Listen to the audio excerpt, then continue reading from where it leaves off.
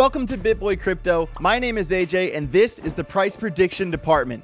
I'm very excited to get into today's video because the project I'm covering has a lot of news and hype surrounding it as of late. Today, we're diving into Chainlink. Let's get it.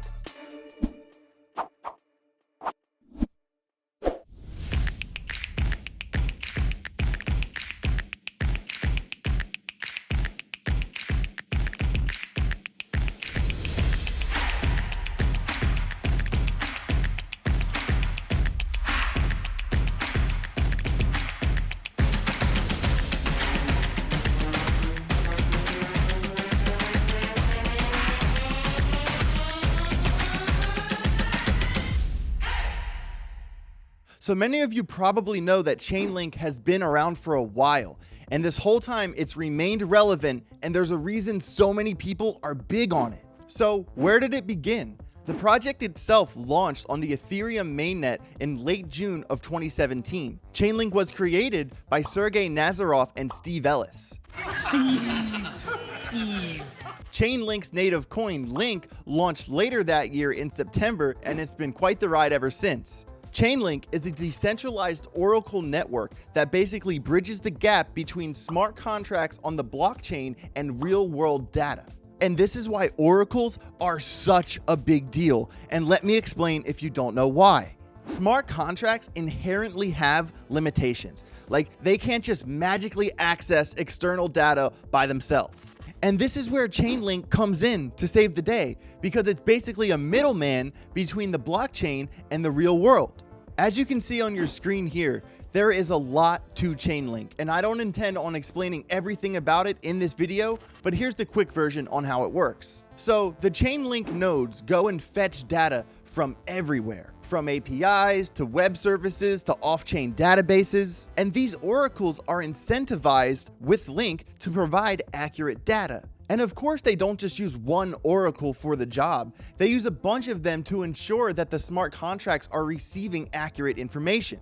And this service that they provide is extremely valuable. And that's why you see that so many projects are partnered with Chainlink. I mean, these oracles, they can be used for anything. I'm talking from gaming to DeFi to NFTs to insurance and real estate. And any given project could team up with Chainlink to receive any of the products or services that they deliver. I mean, Chainlink can provide data for data feeds. They could aggregate data. They could use VRFs for randomization. They could run nodes. They could run automation. They could do proof of reserves, etc. It's insane. And according to their website, there are over 1,800 projects and over 2,100 integrations in the Chainlink ecosystem. Massive. And some of these partnerships are nothing to scoff at either. I'm talking Swisscom, I'm talking Associated Press, I'm talking Swift, not Taylor Swift, Swift like the leader in banking telecommunications. We're talking Google, we're talking about Amazon Web Services. I mean, the NBA even uses Chainlinks for VRFs. I mean, in crypto, everyone always talks about utility, and rightfully so, like utility this, utility that. Chainlink has this space covered. In 2022, Chainlink enabled over $6.9 trillion in transaction value and 5.8 billion data points delivered on chain. So regardless of I want to thank Gary for only calling me once every 6 hours, and I want to thank Stake for sponsoring this video. So regardless of the boring bear market, Chainlink just kept building. I mean, you see the numbers, you see what they're capable of, and that's not it. Last year, they added so much more value to their holders by enabling staking. And when this was announced, it actually came with their roadmap for their long-term goals. And I will link that in the description below if you want to learn more about it. But considering I only have so much time, I really want to focus on the reason Chainlink has been pumping so much in the past couple weeks. And that reason can be explained in 4 letters: CCIP, or the Cross-Chain Interoperability Protocol. I mean, obviously, I've pointed out in previous videos how important it is for blockchains to be able to communicate with each other. And Chainlink already provides services for a plethora of different blockchains, so this move really made sense for them. I'm really bullish on Chainlink building out their CCIP because they're prioritizing security. I mean, understand that typical cross-chain bridges are very vulnerable. I mean, think of all the hacks you have seen in crypto just in the past year or so. A lot of those hacks are on cross-chain bridges, and over like $2.6 billion has been stolen. And Chainlink's CCIP is the best solution for that so far. Not only does this facilitate communication between blockchains, but this opens up the door for blockchains to communicate with banks as well. That's right, you heard me right. This is the bridge between DeFi and TradFi, and this is why Link pumps so hard off of this news. And that Swift partnership I was telling you about makes a lot more sense when you start looking at it through this lens. I'm bullish. The details of the CCIP are pretty complicated, and no one can explain it better than Chainlink's own co-founder, Sergey Nazarov. Watch this clip. Okay, so you've mentioned CCIP a few times now. That's your cross-chain interoperability protocol, which just launched. This is basically a DeFi TradFi connection. That's the aim here. It's a messaging protocol that connects all blockchains into a single internet of contracts. So similarly to how the internet we all know and use is made possible by something called TCP/IP, which is a messaging and communication system that connects all the different internets of the world into one internet. You can view different blockchains as separate internets that need to get connected into one internet of contracts. And CCIP does that for both bank chains and public chains. And in connecting the bank chains and the public chains, and then connecting them together, you basically get a huge amount of value flowing from the banks into the public blockchain world, which is why I feel that the value of our industry can rapidly increase and easily go well past 10 trillion based on all the value and assets that banks are putting on chain now. Well put. Well put. Hey, editing team, can you play back the last little bit of that video just one more time? Which is why I feel that the value of our industry can rapidly increase and easily go well past 10 trillion. Nazarov said that he believes that the value of our industry can get to $10 trillion. That's a very specific number, and I'm thinking that too. And this is the perfect segue into today's price prediction. Chainlink put up its all-time high in May, not November, of 2021 of $52.31. At the time, its market cap was a little over $21.8 billion. And its supply at the time was a little over 419 million. We'll dive deep into the supply in a minute. Right now, Link is ranked 22nd by market cap, and it's priced right around $8, about 84% down from its previous all-time high. Right now, its market cap is roughly $4.3 billion, and it has lost over $17 billion since its all-time high. Chainlink's circulating supply is currently a little over 538 million, and as you can see, Chainlink's supply has increased a little over 28%. And this is where tokenomics get interesting, because you can see how much the supply has grown from then to now, but how much will the supply grow from now till November of 2025? So let's look into it. But first, remember that the equation for price predictions is price equals market cap divided by circulating supply. First, let's figure out what the supply will be. First of all, Link's max supply is 1 billion coins, and as you can see, it's a little under 54% vested. So that means 46% of the supply still has to come into circulation, and Link has a long way to go, but the way they're getting these coins into circulation is kind of more efficient than the way a lot of other projects are doing it. Let's look into it. Just last month, Chainlink actually revised their release schedule to protect the network and make it more self-sustainable. So this is how it works.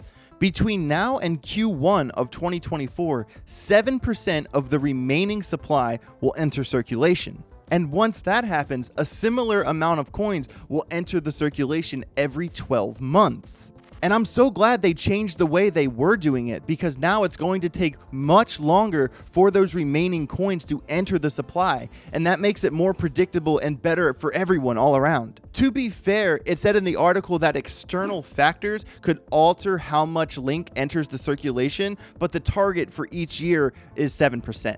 And don't get me wrong, this is not 7% inflation. This is 7% of the remaining coins that are not yet in circulation coming in. So with all that in mind, what will its supply be by the top of the next bull run? So right now, Link's circulating supply is a little over 538 million. Keep in mind, the max supply is 1 billion, so there's still 461.9 million coins that still have to come into circulation. First off, we're going to take 7% of that number. So by Q1 of 2024, 32.3 million new coins will enter the supply, which would make the supply over 570 million. And then to calculate what will happen for 2024, we have to subtract that 32.3 that we added to the supply from the remaining supply, and then take 7% of that number, and then repeat the process again to calculate for 2025. So by the end of 2025, Chainlink circulating supply will be in the ballpark of 628.4 million. That's a 16.7% increase from its supply right now. To put that in perspective, if you were to take Chainlink's all-time high market cap, but then put it with this heightened supply, that $52 all-time high Chainlink now becomes a $34 Chainlink. That's a pretty big hike. So we established the denominator, we have an estimated circulating supply, but what about the market cap? See, this is really interesting. You know, I did some research and I looked around, and a lot of other websites are only calling for like a $20 to a $25 Chainlink by the top of the next run. Let's look into it. Last week, a lot of people really liked how I used dominance to predict what Ethereum's market cap could possibly be. I'm going to apply that same idea to this price prediction. Just keep in mind, it gets a little crazy because Chainlink is super bullish in bear markets, and that changes the game for its dominance. For the most part, a majority of coins will put up their all-time high price and their all-time high dominance at the same time. This is not the case for Chainlink. Here on your screen, you will see that Link put its all-time high of dominance of 1.86% back in August of 2020. And this was when Bitcoin was just thinking about waking up for the next bull run. And at the time, Link's market cap was only 4.8 billion and Bitcoin's was only 215 billion. I don't think using Chainlink's all-time high on the dominance chart is the best example to use in this case, because it's going to be really hard for Chainlink to get back to almost a 2% dominance unless it goes on another insane bear market rally. But hey, you never know. Here's another thing back on the chart. That almost 1% dominance is when Chainlink actually hit its all-time high in terms of price action. I ran the numbers at that 1% dominance level, and what I found was astounding. At the top of the last bull run, the total market cap for all of crypto was a little over $3 trillion. In last week's Ethereum price prediction, I went over how I'm estimating that the total market cap for crypto by the top of the next bull run, I'm thinking somewhere between $7 and $10 trillion. And Sergey from Chainlink agrees with me on the $10 trillion idea. I mean, if that played out and Chainlink was to regain that 1% dominance level, I mean, that's easy math. Its market cap would be between $70 and $100 billion.